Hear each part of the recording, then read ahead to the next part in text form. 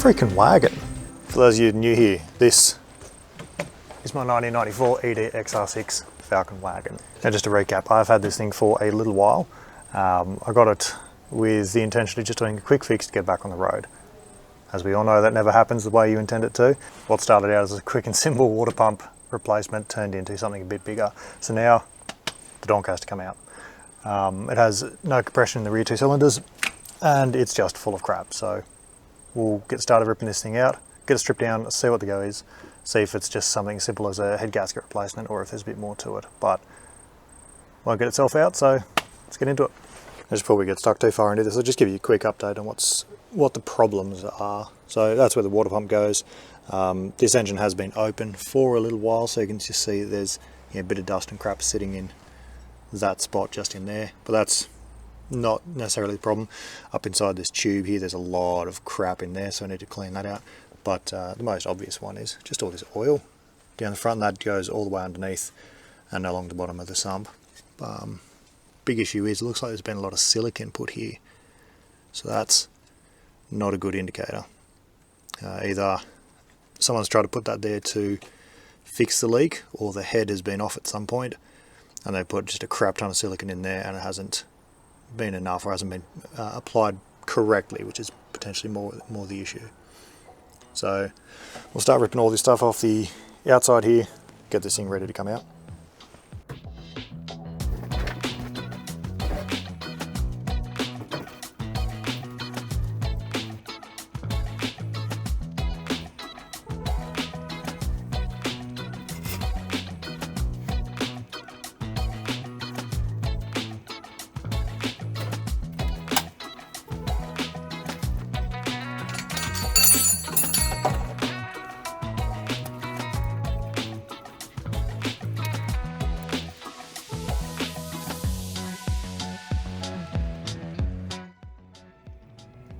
Righto, that'll do it for now. It's getting dark. Well, it's not getting dark, I'm about to run out of daylight.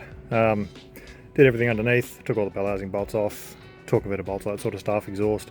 I didn't film much of it because it's just tight, it's cramped, and it was just weird angles of my sweaty face, which you guys don't want to see. Or maybe you do, in which case, let me know, but you're paying for it. But anyway, this thing is about ready to come out. Engine mounts are off. Pretty sure I've got all the vac lines and the electrical plugs and stuff. There's might be something still up in that corner. Yeah, we'll find out. But next step, just rip her out. So I'll drag up the engine crane and we'll get this thing going. See you then.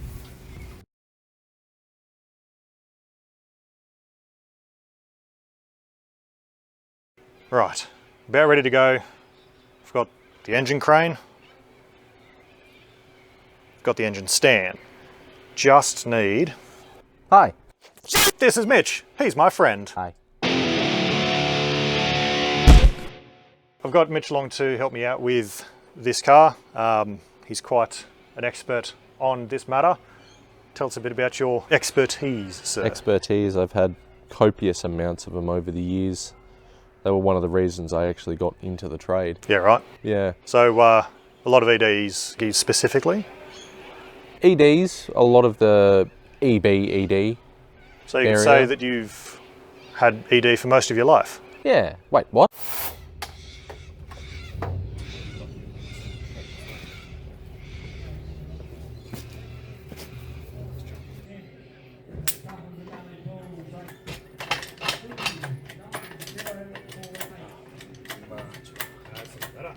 Years have built up.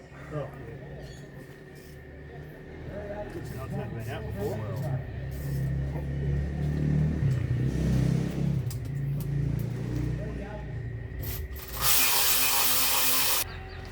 Oh yeah. So there is one in like the middle, is it? Yeah, it's off to the side. Kind of goes like that. Yeah, there's like almost two in line directly at the top. Sorry. Transfer. This is why it's important to check for all the bolts first.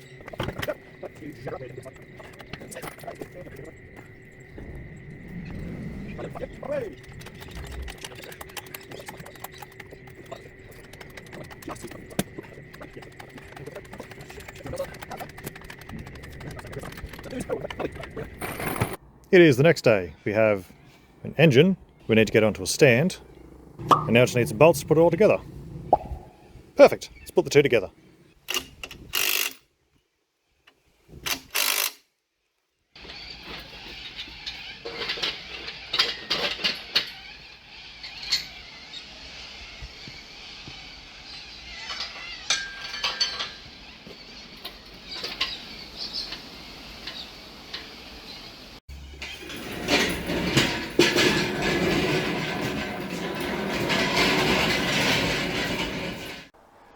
We have an engine.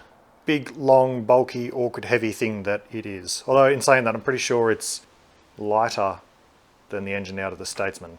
It's just longer, so it makes it more awkward. Anyway, I digress. But anyway, here it is in all of its rusty, oily glory. Now, something I alluded to earlier was all of this rust under here was caused by that there Welsh plug. Don't know how well you can see that, but these ones at the back here have just rusted through and coolant has just been leaking all the way down here. From the looks of it, there wasn't a whole lot of coolant in there. It looks like mostly just water. The front two are all right-ish, but those rear three are just completely, they're just cactus. So that tells me that it has run dry. And I suspect it's gotten hot, which might have been the cause of these rear two cylinders having no compression.